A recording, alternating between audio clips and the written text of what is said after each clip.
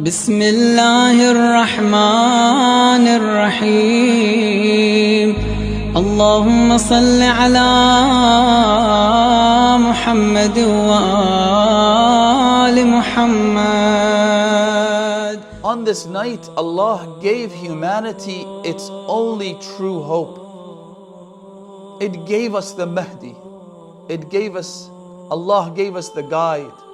Allah gave us the means to our salvation.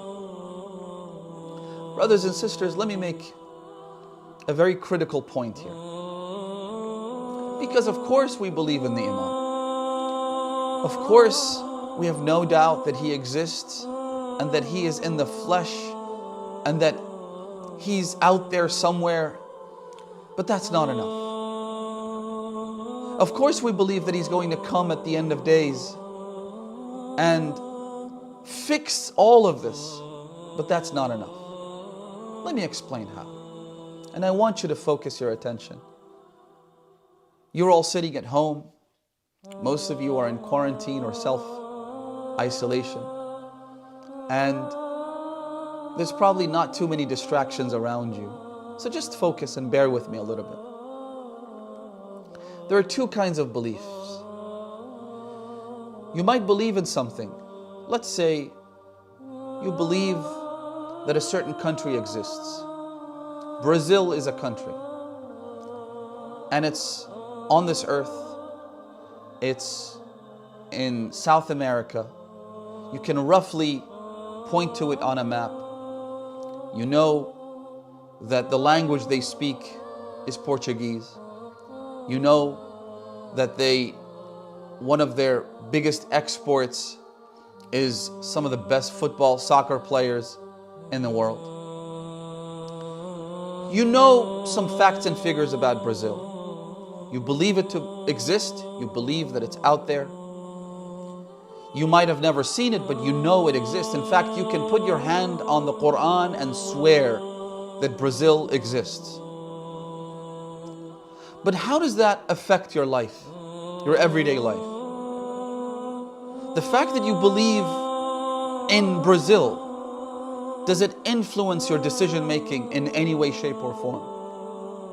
Does it affect how you conduct yourselves in the midst of your family, your friends, or in society in general? If you're about to say something or do something, do you think, do I believe in Brazil or not? Absolutely not.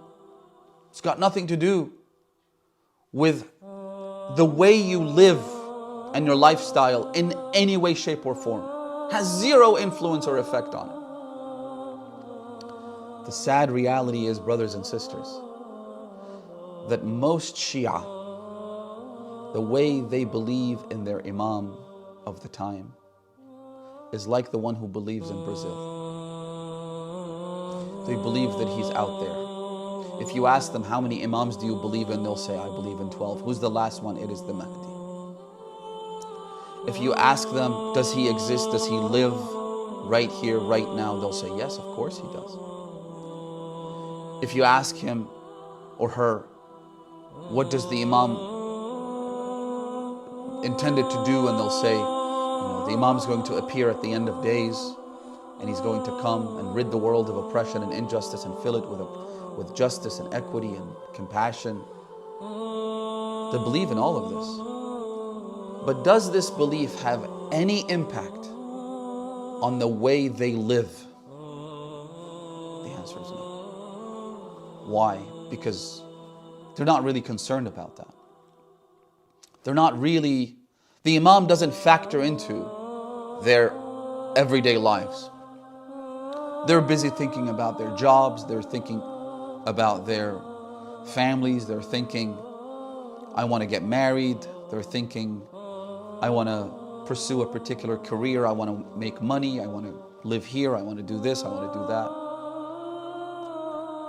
But does Brazil, as this incredibly important country, and its existence on the world stage today, and the millions of people who live in it, does it play any role in my life? Absolutely not. Oh, the Imam's going to come at some point. We all believe that. And he's going to appear and solve my problems. Right? That's kind of the way we think about it. Oh, the Imam's going to come one day and he's going to solve our problems. He's going to look after us. He's going to rid the world of the oppression that I suffer from. So he's going to make me happy. He's going to make me more comfortable in this life. That's basically how we think of the Imam. Brothers and sisters, that's one way of believing in something. Then again, you have the true Shia of the Ahlul Bayt, the Shia of Imam al-Mahdi, the followers of Imam al-Zaman. The traditions describe in such a manner. Allahu Akbar. Do you know who the followers of Imam al-Zaman are? Let me mention just a couple of groups. Number one, Ashabul Hussain alayhi salam, the companions of Imam al-Hussain who died on the plains of Karbala on the day of Ashura. They will be the first to be resurrected to join the army of Imam al-Zaman. It's that caliber of companionship and fellowship that Imam al-Zaman expects from his true followers. He wants people like Habib ibn Mudahir. He wants people like Muslim ibn Awsajah. He doesn't want people like me. He wants people like John. He wants people like Wahab al-Kalbi. He wants people like Muslim ibn Aqil. He wants people like that. Those are the companions of Imam al-Zaman. Those are the true believers in Imam al-Zaman. That's one group. The other group is Ashabul Kahf. You've all heard of the story of the people of the cave. The people who abandoned their positions of authority, who left behind their money and their wealth and their status and their everything they had worked their entire lives to build and to develop. They left all of that behind. They were being hunted down by the kings, by this oppressive tyrants, soldiers and mercenaries and agents. Have you seen the movie John Wick, where this guy is being hunted down by everyone? These people, the people of the cave, they were being hunted by every single agent of that oppressive tyrant and king. They left it all behind in order to preserve their faith, their beliefs, and they ended up in a cave, seeking the protection of the cave, seeking protection from Allah subhanahu wa ta'ala. And what do we say about the Ahlul Bayt alayhim as-salam? What do we say about Imam al-Hussain in particular?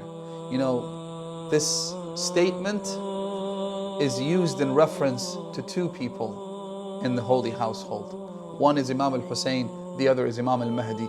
Al-Kahf al-Hasin wa Ghiyath al-Muftar al-Mustaqim. You are the solid cave of the Shia, of the believers. And you are the salvation for the ones who seek salvation. Brothers and sisters, that's one kind of belief. To just know that he's there somewhere, that he's got nothing better to do right now than just to sit down and maybe pray a few raka'at and do his salah and do his siyam and maybe go to hajj. Which in its essence, it's not wrong that the Imam is out there and the Imam is engaged in prophetic work and prayer and supplication and whatnot. That it's not inherently wrong to believe this, but is that the kind of belief that is expected from us? I think you all know the answer to that question. What kind of belief are we expected to have in the Imam? It is to believe that the Imam is always watching over us, that he knows exactly what we do, that he is constantly aware of where we are, what we say, what we are engaged in, our actions, our words, our every utterance. And to then use that knowledge for us knowing that the Imam knows everything about us, to use that and translate it into action. Meaning that we involve the Imam in every decision that we make. Even down to the most fundamental, most consequential decisions of our lives. What career path should I choose?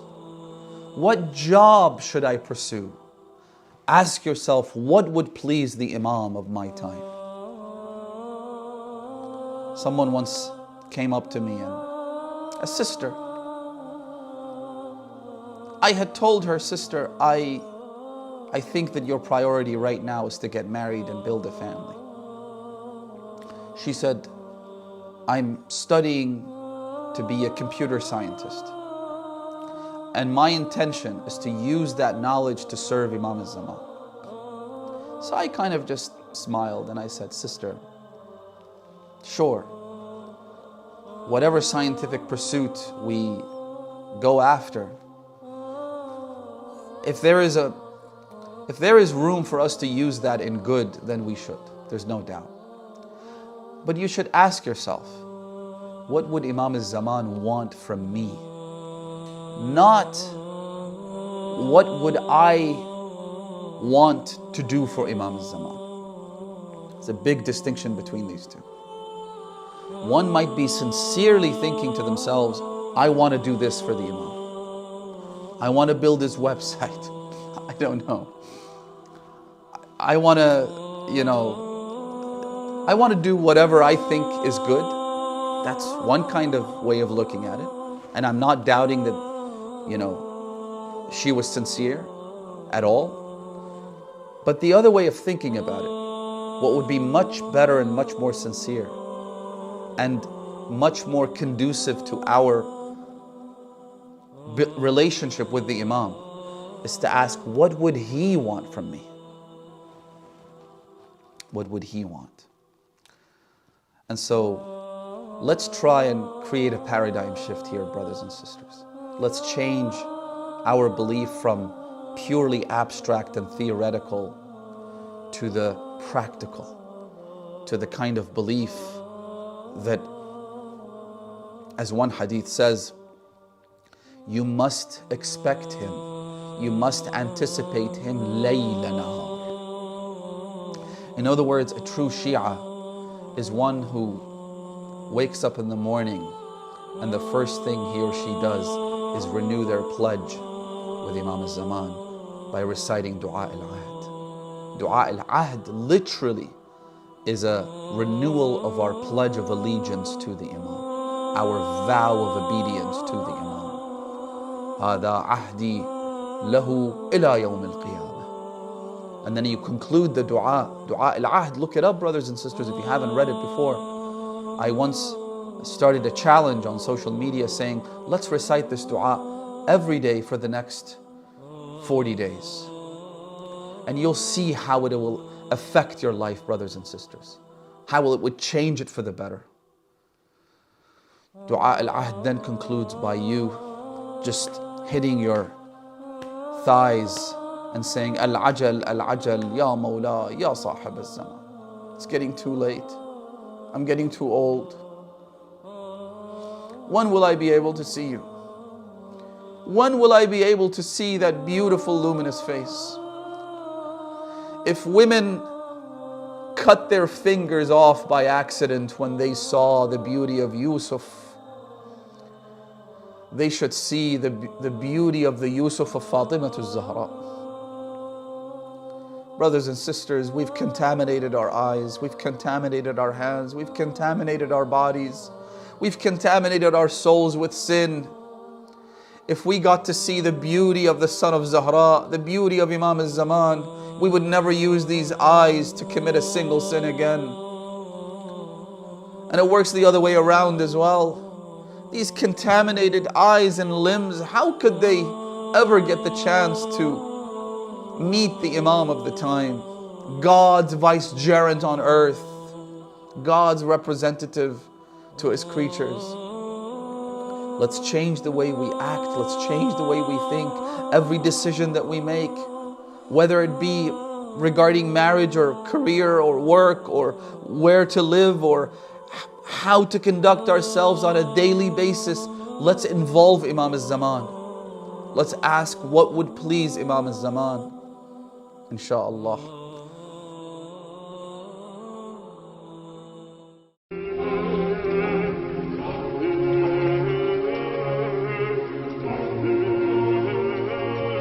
يا حسين